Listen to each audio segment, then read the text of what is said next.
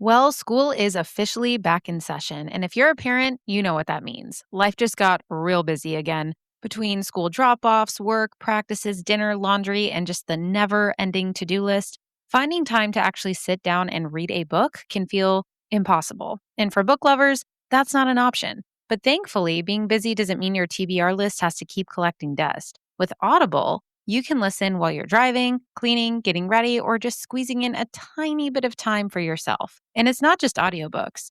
Audible originals give you exclusive stories and performances you won't find anywhere else, featuring some of the best in the business, like the one and only Christina Ricci, who stars in an 8-episode Audible original called Harker, which is co-authored by James Patterson, so you know it's good.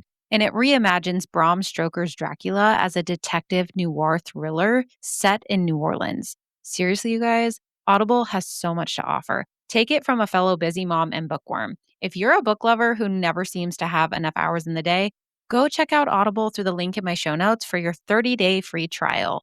Your ears will thank you.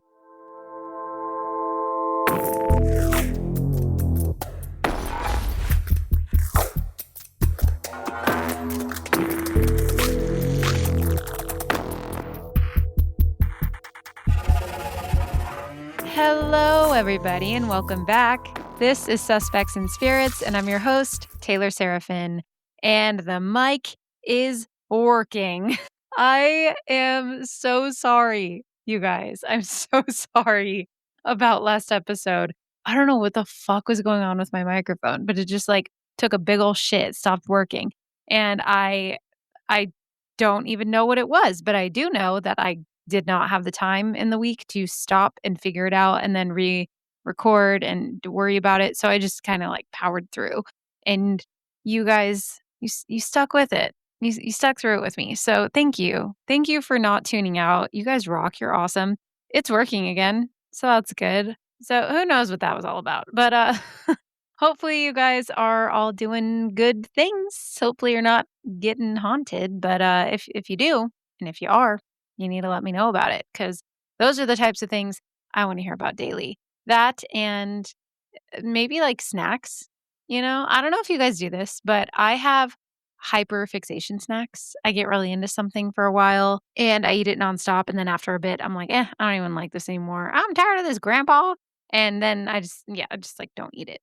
But I am getting so psyched for fall foods, because who doesn't like fall themed food? And then Spirit Halloween is open. So I'm going tomorrow with my little so we can get some good vibes. I have no idea why walking into a Spirit Halloween gives me life, but it just does. I can be in the crappiest mood, but I see a Spirit Halloween and suddenly I'm Mary fucking Poppins. So that's fun for everyone in my life. My husband was like, "Taylor, you don't have money to do Spirit Halloween this weekend." And he's right. We don't. Living on a prayer over here and toast right now. Mostly toast though, because I don't pray. But I was like, I can look. I can look with my eyes. Anyway, I like Halloween. I like fall, and it's still hotter than a demon's armpit out here. So I could actually die, I think, from this heat. I mean, I won't. I won't die on you guys, but it's gross up in here. Not cool. But what is cool is our topic today. It's cool, but it's also hot because it's a gateway to hell. Today we're talking about a haunted cemetery. And I know what you're thinking. Wow, a haunted cemetery. Aren't all cemeteries haunted? Not like this one. This is not just any haunted cemetery. We are traveling to a little community today called Stull. You may have heard of it. It is surrounded by weathered headstones and old trees and a stone foundation of what was once an old church. It looks like countless other country cemeteries scattered across the Midwest, except according to legend, this is not just any old cemetery.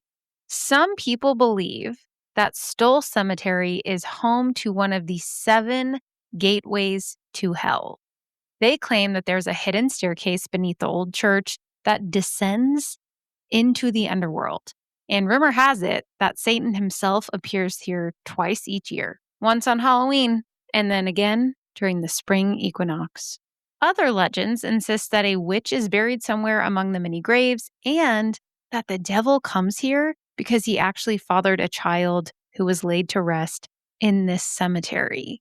But the wildest claim by far that I have found about this place is that it is so haunted and so evil that even Pope John Paul II refused to let his plane fly over this tiny little Kansas town because of the rumors. Now, if you have listened to this podcast for any length of time, you already know we're going to approach all sides of these claims. We're going to explore everything. One, because we got to know the spooky lore and where all of this came from. And then two, because even though I am a full believer and I've experienced weird things, I also know that you need a healthy amount of skepticism when researching cases like this specifically. So we will dive into that as well. Not really because I don't believe it, but because it's an important aspect to include. And make no mistake, Stull Cemetery has become one of the most infamous paranormal locations in America. And very little of what people believe about it can actually be verified. But that doesn't make the story any less fascinating. If anything, for me, it makes the tales even more interesting. In fact, I think for a lot of people, what makes Stull so compelling isn't the possibility that it's haunted. It's the possibility that we have actually watched an urban legend evolve in real time. Somewhere along the way, this quiet resting place became one of the most feared locations in the country. Stories grew, details changed, and over the decades, thousands of people made the pilgrimage to this tiny Kansas town, hoping to witness something supernatural for themselves. Some claim that they smell sulfur in the air. Others describe shadow figures weaving between the headstones, whispers carried on in the wind, electronics suddenly failing, or an overwhelming feeling that they weren't welcome there.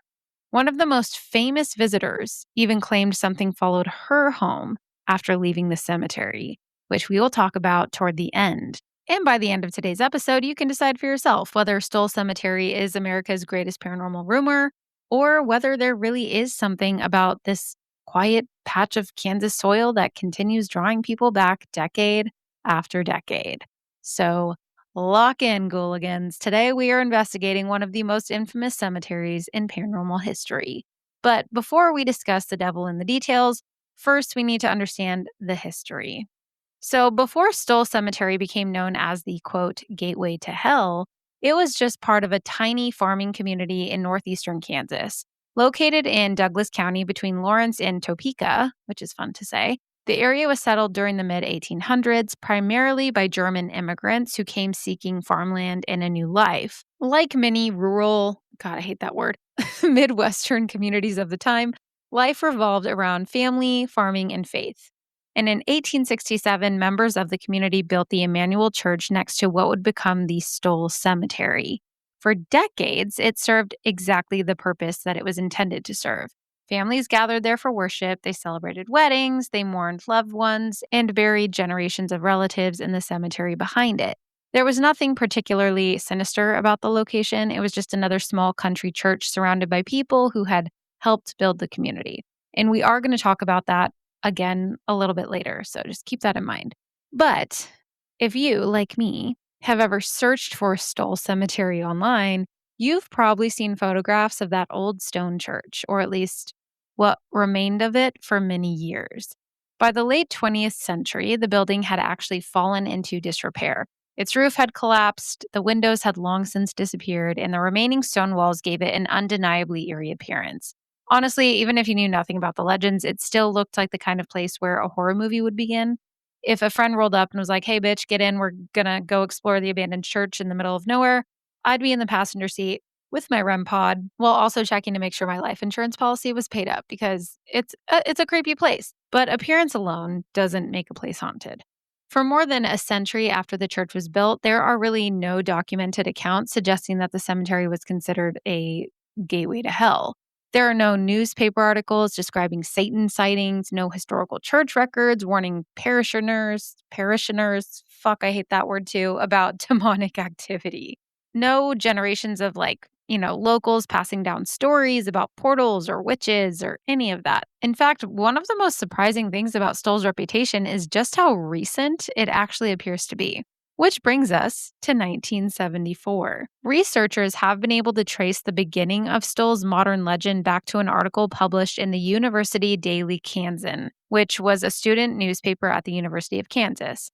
The article discussed rumors surrounding the cemetery, including claims that Satan himself appeared there twice a year. Whether that article was reporting an already existing local legend or just amplifying rumors circulating among students around Halloween time, that's up for speculation. But one thing is very clear, and that is that after its publication, interest in Stull Cemetery exploded. I mean, think about it. You're a college student in the 1970s. Someone tells you there's a cemetery just outside of town where the devil supposedly shows up on Halloween. Are you staying home?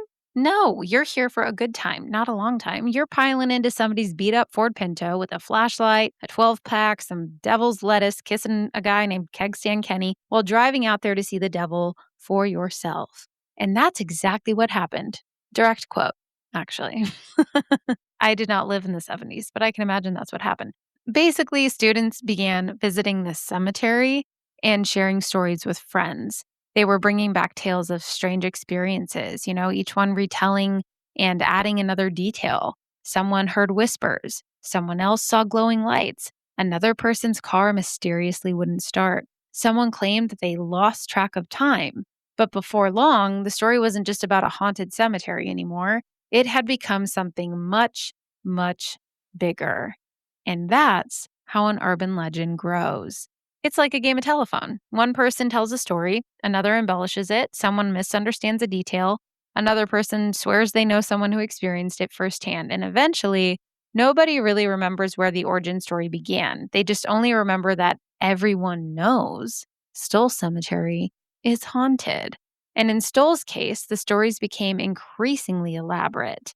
And as I mentioned, one of the most famous claims is that Stull Cemetery is one of the 7 gateways to hell. So, where did this originate? Well, according to the legend, somewhere beneath the old church lies a hidden staircase leading directly to hell. And depending on which version of the story you're reading, that staircase either stretches impossibly deep beneath the earth, disappears entirely when somebody tries to find it, or can only be accessed under certain supernatural conditions. Now, when I heard this, naturally, I had questions. I was like, who exactly found these stairs? And if they really do lead to hell, who walked down them and then came back up to tell everybody about it? Like, hey guys, found hell. Looks a lot like high school. Don't go down there. Like, what happened there? But as ridiculous as some of these stories sound, they really became the foundation for nearly every other legend attached to Stull Cemetery. And once you establish that a place is supposedly connected to hell itself, suddenly almost anything feels possible. Witches, demons, satanic rituals, time slips, shadow figures. Every new story builds upon the last until the legend becomes larger than the place itself. And believe it or not, we're just getting started. So, once the idea took hold that Stull Cemetery was a gateway to hell, the abandoned church became the center of nearly every paranormal story associated with the property. Like I mentioned before, by the late 20th century, that building had fallen into ruins. Its roof had collapsed, and vines were kind of like creeping over the stone walls, and empty window frames stared out across the cemetery. They were like little hollow eyes staring at you. And even in broad daylight, it had a pretty unsettling appearance. But at night, you couldn't have designed a creepier setting if you tried. I mean, truly. It was very spooky looking. And as the church deteriorated, the stories surrounding it became even more bizarre. Visitors began claiming that when it rained, the rain would fall everywhere except inside the church, despite the fact that it no longer had a roof, which sounds almost protective in a sense, not demonic. So I don't know why that was like a thing. Maybe because of this, I guess. Others insisted that snow refused to accumulate within its walls because, hell is hot. So snow can't stick there, I've heard. Some claimed that bottles thrown against the stone structure wouldn't break. And, the stories just became stranger and stranger. And this is where we get the legends about Satan and the basement. Legends claim that the church basement concealed the actual entrance to hell. Another claimed that Satan himself emerged there. So, like in the basement, he would come out during his twice yearly visits to Stull. And eventually, the church wasn't just an abandoned building anymore, it became the focal point of the supernatural activity. And then in 2002, the church was actually demolished. And for many people, that explanation was easy to wrap their heads around. They were like, oh, the structure had become unstable and unsafe after decades of neglect. But if there's one thing I've learned from urban legends, it's that ordinary explanations rarely satisfy everyone, including me. Hi. So almost immediately, new rumors began circulating. Some people claimed that authorities destroyed the church to hide what was beneath it. Others insisted that the demolition was an attempt to seal the gateway to hell forever. Now, I mean, if there were truly a portal to the underworld underneath this church, knocking down the building probably wouldn't solve that problem. That sort of feels like, I don't know, putting duct tape over a volcano and hoping for the best. But I mean, whatever they think will work, I guess. I've never had to seal a portal to hell, so I'm no expert. But I do know that according to my research, that by the early 2000s, Stull Cemetery had become a destination for thrill seekers, ghost hunters, vandals, unfortunately, because people suck, and then, of course, curious teenagers. And Halloween in particular brought crowds of people trespassing onto private property, climbing through the cemetery, damaging headstones, and treating a place of remembrance like a haunted amusement park, which not okay. Like that's not cool. I'm all for ghost hunting. I love a cemetery. I love a seance. I was raised on Now and Then, you guys, but don't be doing all that. That's disrespectful. Respect the dead. It's easy to not be a giant douche. But at this point, that's what was happening. So the demolition may not have stopped the rumors, but it did remove one of the most recognizable landmarks that fueled them. Now, unfortunately for the residents of Stull, the legends didn't disappear with the church. In fact, they only continued to grow. One of the oldest and most persistent stories involves a supposed witch, like I said, buried somewhere within the Stull Cemetery. Depending on who's telling the tale, she was either an actual practitioner of witchcraft, a woman who made a pact with Satan, or someone who gave birth to the devil's child. Some versions even claim that Satan's annual visits are actually to pay respects at her grave as well as his child's. Now, of course, there aren't any reliable historical evidence that say a witch was ever buried in Stull Cemetery, but I mean, back in the day, they'd hang a woman or have her committed for even talking back to a man. So, Lord knows I would have been put to death for the way I speak to men. But hey, I wasn't there.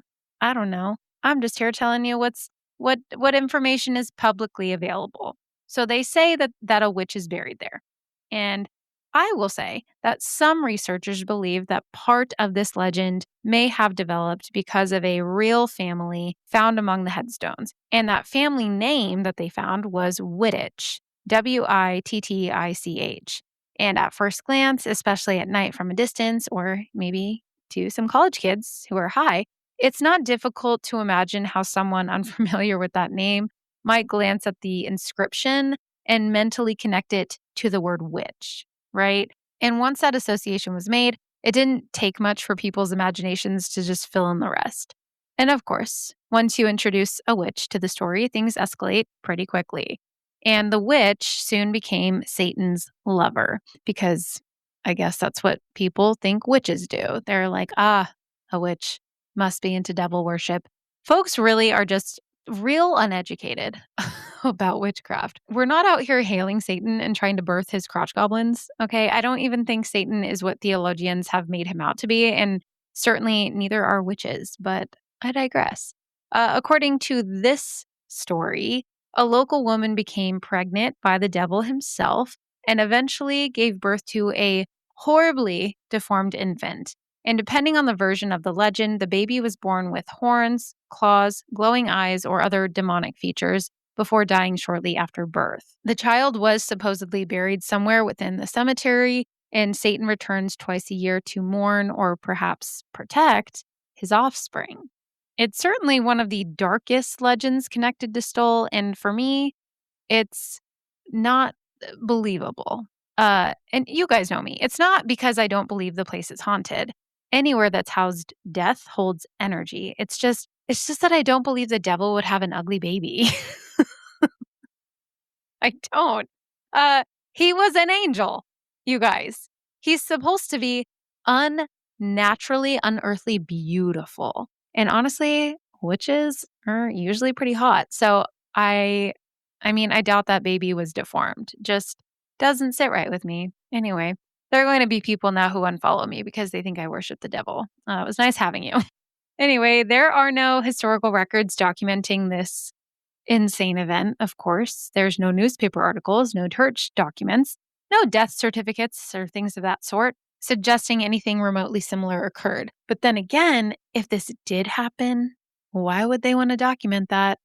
They wouldn't. They'd cover it up. At this point, I don't trust any government agency. Y'all really allowed us to eat diarrhea, let us defunded education, took away women's rights to their own bodies, and then sat there twiddling your little thumbs while a pervert and his spiritual advisor just got away with being nasty child predators. I don't trust anybody, but that's a story for a different day. Oh my God. I might take that part out. I don't know. I'm feeling real spicy today. Welcome to Conspiracy Corner. Anyway, I'm getting carried away. Sorry. So, when it comes to Stull Cemetery, on a more serious note, it's worth remembering that old cemeteries do contain the graves of infants and young children. Um, Unfortunately, childhood mortality rates were very high during the 19th century and early 20th century than they are today. So, those graves do represent very real families who experienced unimaginable loss. Sometimes folklore takes an ordinary tragedy like a child's grave and a weathered headstone, an unusual inscription, and it transforms it into something monstrous. So let's really just keep in mind here that while these stories make for fascinating paranormal lore, the people buried there were real human beings whose families deserve respect, right? So please don't go to Stull and be disrespectful. Don't trespass their property. And for fuck's sake, don't vandalize places of worship or rest. Like, I'm not religious, but I respect everyone's safe spaces. So don't be a douche. Now, there were rumors at one time that this church did hold satanic rituals and meetings for covens. And again, I just have to point out witchcraft, not the same as devil worship. So I would not lump those two things together. This is just one of the many rumors that when the church was falling apart, it was a meeting place for nefarious activity, which I am not entirely opposed to believing.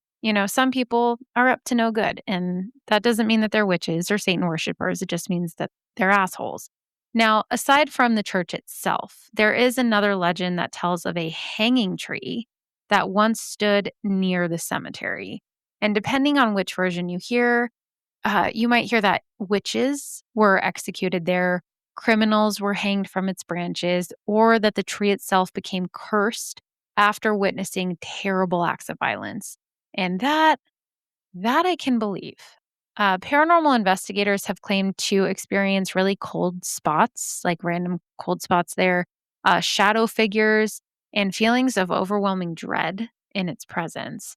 And while reliable historical evidence is frustratingly absent, I wouldn't put it past humanity to have done horrible things like that.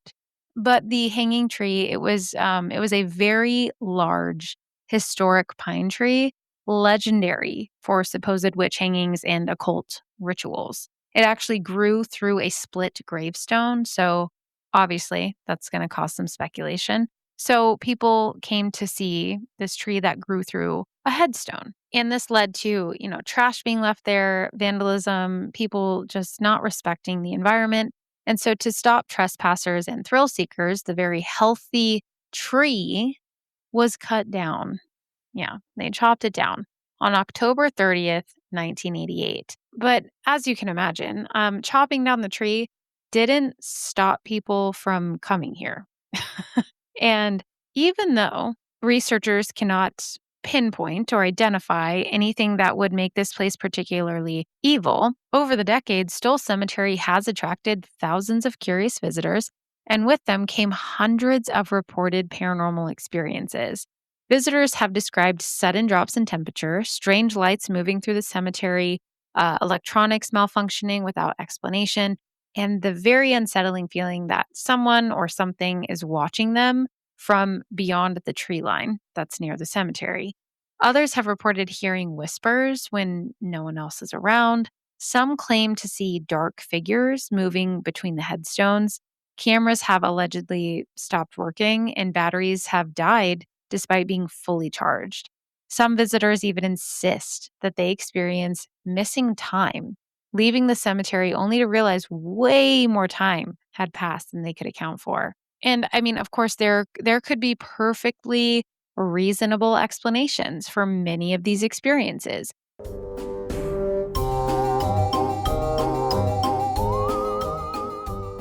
Back to school survival can feel daunting at times. And as parents, we need to work smarter, not harder. So let me put you on to one of my favorite school lunch finds, the Bentgo Chill Lunchbox. It has a removable ice pack built right into the lunchbox, which means I can pack things like fruit, yogurt, cheese, or whatever else my daughter is currently willing to eat without worrying quite as much when it's still hotter than the devil's underpants outside. They come in a bunch of cute colors and patterns to fit your child's specific taste. And we know that kids can be a little picky, so that part's great.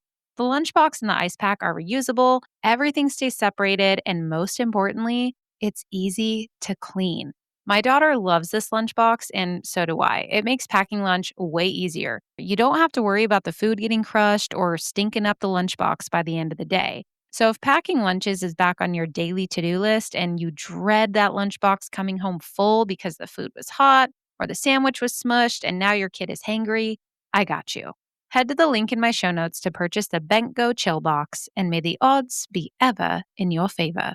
One thing people ask me all the time is how I make my podcast merch, and I always, always, always send them over to Printful. In fact, I've officially partnered with them because they do such an incredible job. Seriously, you guys, they are such a game changer. It's so easy, I could do it. Printful is a print on demand site where you design your merch exactly the way you want it, and they create it for you when someone clicks that purchase button. So you're not stuck storing boxes upon boxes of shirts, hats, stickers, or random inventory in your house. The best part is that you can link your Printful creations directly to your very own website. I just design what I want and they take care of the rest. They print it, pack it, and ship it for me. And you can set your own prices. And the merch options, endless. The limit does not exist. We're talking everything from cozy sweaters to phone cases and even adorable pet accessories for your furry little friends. They'll love it. So if you've ever wanted to start a side hustle or just bring a creative idea to life and slap it on a t-shirt or a good old dad hat, this is hands down the easiest way to do it without the stress. Head over to printful.com/a/suspects to let them know I sent you and get that creative juice a-flowing. The link is in the show notes to get started. Again, that's printful.com/a/suspects to let them know I sent you.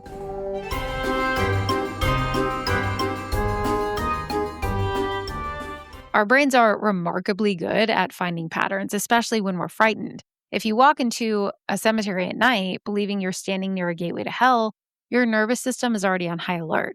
So every creaking tree branch becomes suspicious, every distant animal call sounds unnatural, a shadow cast by the moonlight suddenly resembles a person standing between the graves. And that's not because you're irrational, it's just because your brain is doing exactly what it evolved to do, which is keep you alive. Your lizard brain, my friends. And psychologists actually refer to this as priming. And because I'm a big old nerd, I'm going to tell you what that means. Essentially, priming is an unconscious process where exposure to one stimulus affects how you respond to a later stimulus.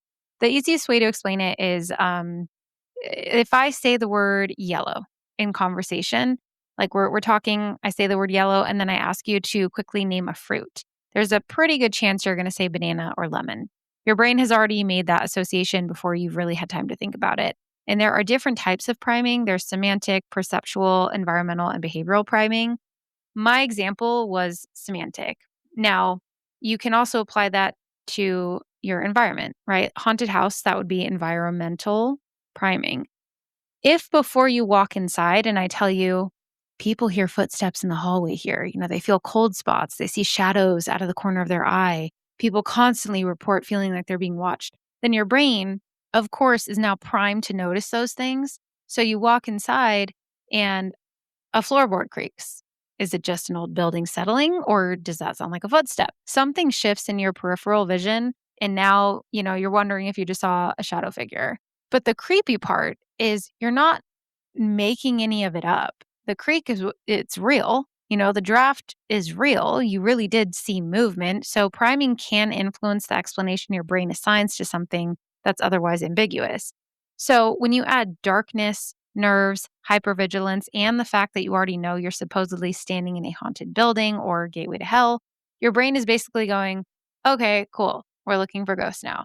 And I want to be really, really clear, like really clear when I say that doesn't prove that every haunted experience is psychological, and it certainly doesn't prove that ghosts don't exist.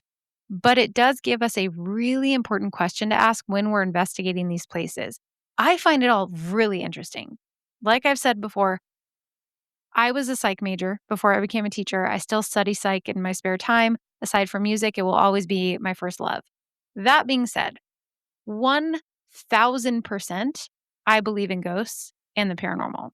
There are places I've been to that I had no idea were haunted, or that I just didn't know the history and tragedies that took place there, where I've had fucking bizarre experiences in my own home as well, which, as far as we know, nothing's happened here. It's relatively new. I do have a point. I promise I'm getting there. There's no deaths reported in this home where I live. Okay. I looked into it. We also had some really strange shit go down at our old house before we bought this one at our rental home. And even my husband can't explain it. And he's definitely skeptical. He's much more logical. I mean, maybe it's just me. Maybe I'm more sensitive than I realize. But yeah, I hear and I see things all the time in my house. So who's to say that this location isn't the same? I mean, it does house a cemetery. So yeah, there are spirits at cemeteries. Now, the devil thing, I have a theory. I have a theory about that, and we'll get into it in just a moment. But I do want to point out that there was a very real tragedy that took place at this location that people kind of just like skip over. And some may attribute this to the child hauntings because many people claim that they see a child's spirit wandering the cemetery. And while the theories have become really fantastical, there's a simple but sad explanation. So, Stull, Kansas was originally known as Deer Creek Community. And like I said at the beginning, it was first settled in 1857 by German immigrants. They were Pennsylvania Dutch, many of whom were Mennonites. And the community established that Evangelical Emmanuel Church in 1859, it was just a wooden structure at that point. And in 1867, they raised enough money to replace it with the stone church that would later become very closely associated with the Stull's paranormal legends that we just talked about. So this community was eventually renamed Stull. Okay, it was Deer Creek. Now it's Stull. It's named after its largest and most prominent family.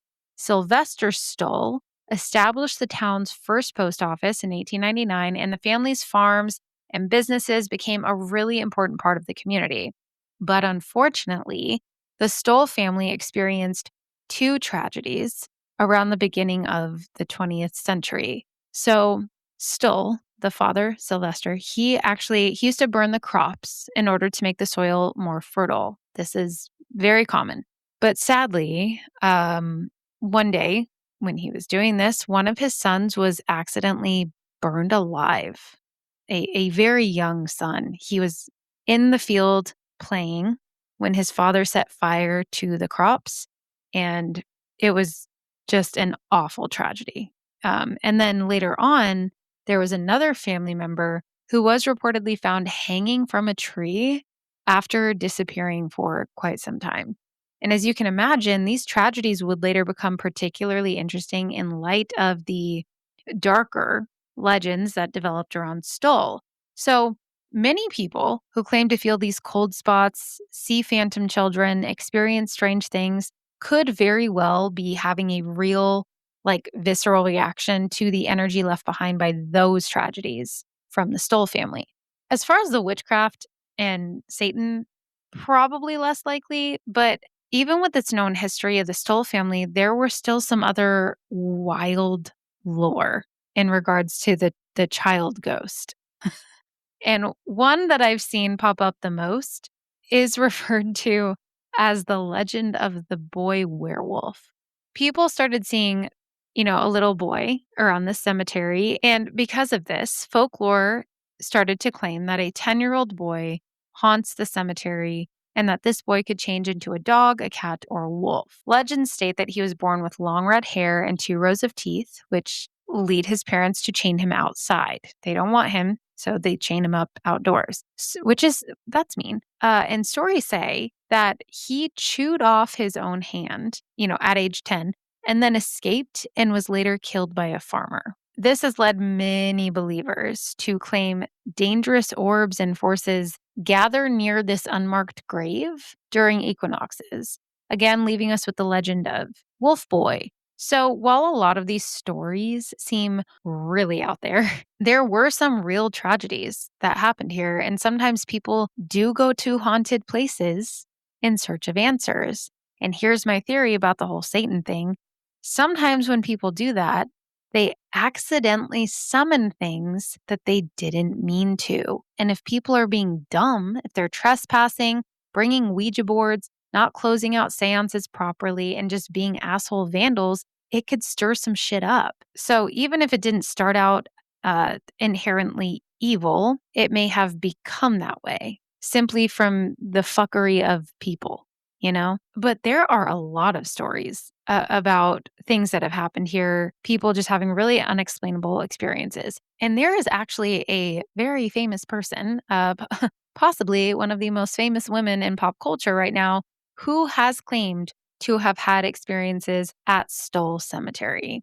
And that woman is Ariana Grande. Yes, that Ariana Grande. See, back in 2013, Ariana gave an interview to Complex magazine where she shared an experience that quickly became one of the most famous celebrity ghost stories on the internet at the time. According to Ariana, she and a group of friends decided to visit Stull Cemetery while they were in the Kansas City area. She was touring and they were wanting to check it out. They never actually entered the cemetery itself, but she claimed that as they approached, the atmosphere inside the vehicle changed dramatically. She described feeling an overwhelming sense of negativity and said that everyone in the car noticed a very unusually strong smell of sulfur. And if you've spent any time reading paranormal literature or honestly just watching like any of the Conjuring movie franchise, you'll know that sulfur is often associated with stories involving demonic entities. But it is a detail that immediately stood out to Ariana and her friends. So they smelled the sulfur, and then she also recalled noticing a single fly inside of the car, just one fly that wasn't there before. And their windows had not been rolled down. It was not summertime. It was like late October, early November, cool enough to not really warrant a lot of fly activity. So when they pulled up, this fly appeared. And in many paranormal traditions, flies have long been associated with demonic imagery. Ariana admitted that the combination of the events was enough to make everyone immediately uncomfortable.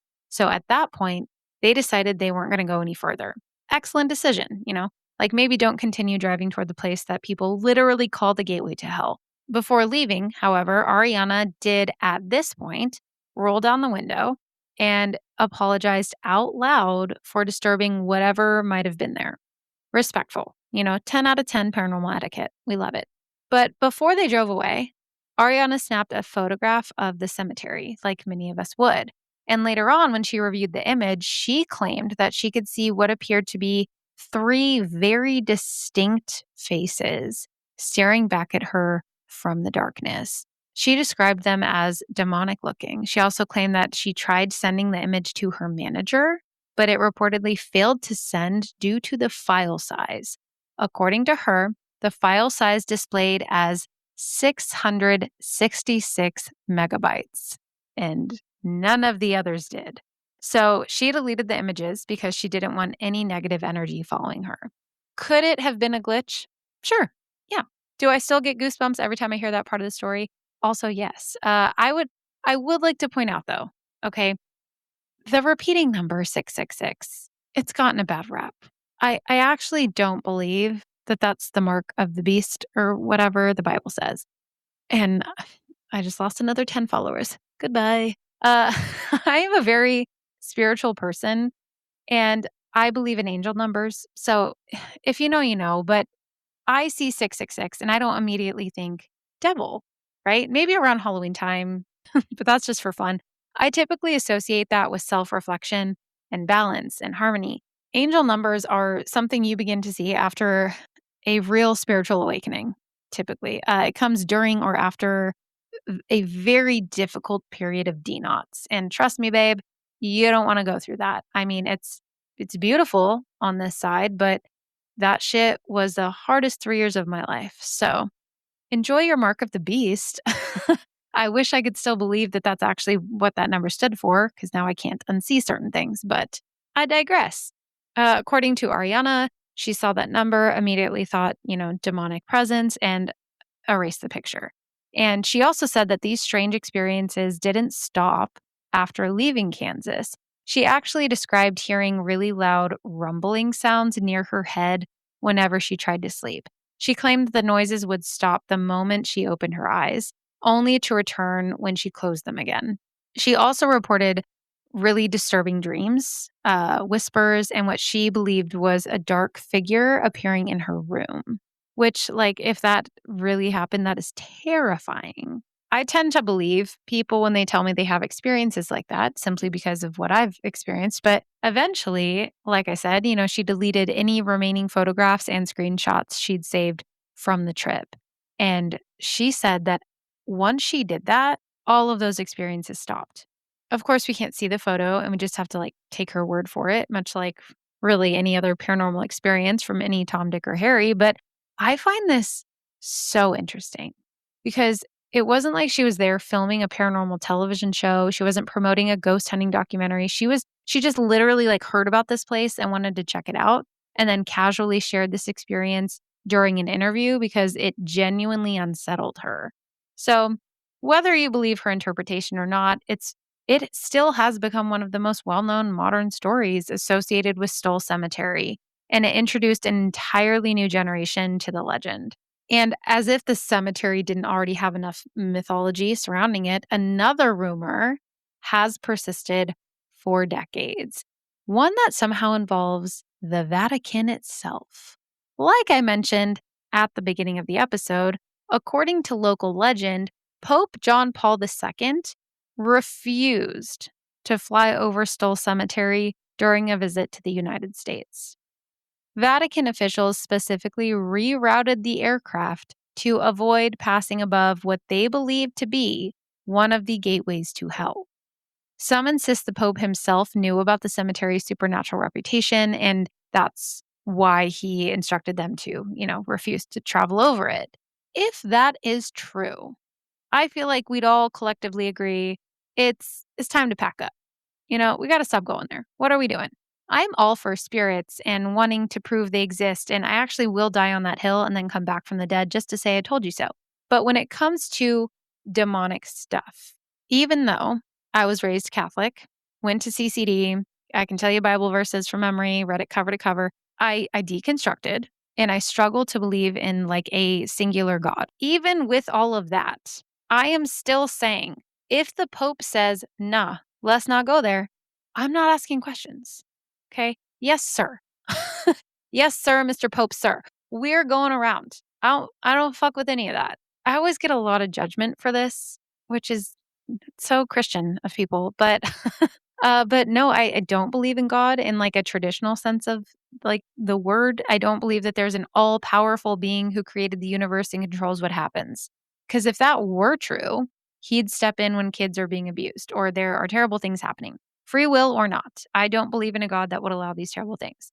But that doesn't mean that I'm like a strict materialist or an atheist, okay? That doesn't mean that I'm someone who believes the physical world is all that exists. I believe that there may be consciousness, spirits, entities, or forms of energy that we don't fully understand.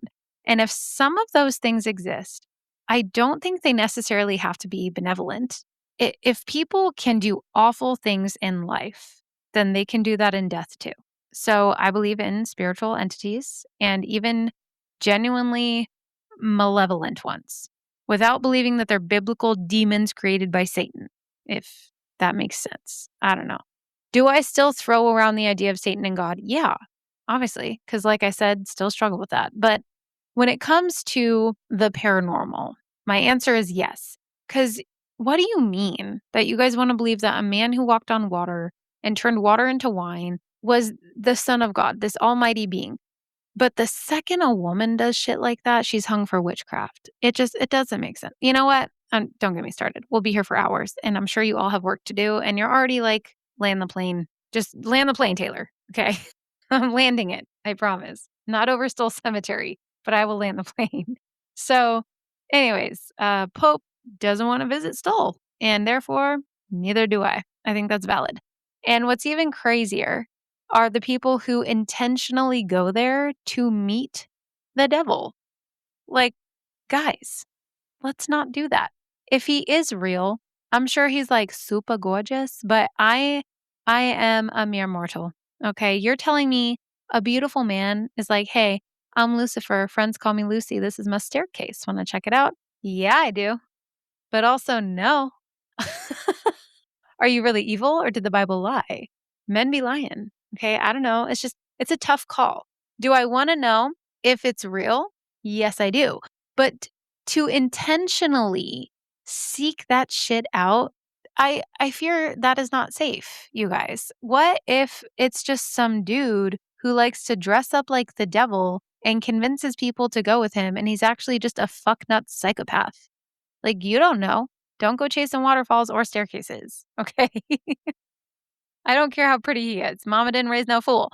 But because the belief at this cemetery is that Satan appears every year, twice a year, predictably, those dates become just magnets for thrill seekers. So every Halloween, groups of teenagers, college students, paranormal investigators, curious tourists, they descend upon Stull hoping to witness something extraordinary. And I can't blame them. Like I said, tough call. Do I want to see it? Yeah. Should I? No. So some of these people, they come with cameras. Others come with Ouija boards or makeshift ghost hunting equipment. Again, not a great idea. But no reports have been filed yet of any Satan sightings. And unfortunately, for the people who actually live near this cemetery, they were not nearly as excited as the tourists. And I can't really blame them.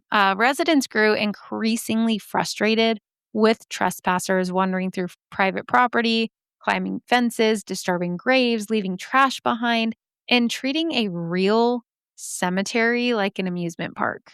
Guys, it's a cemetery.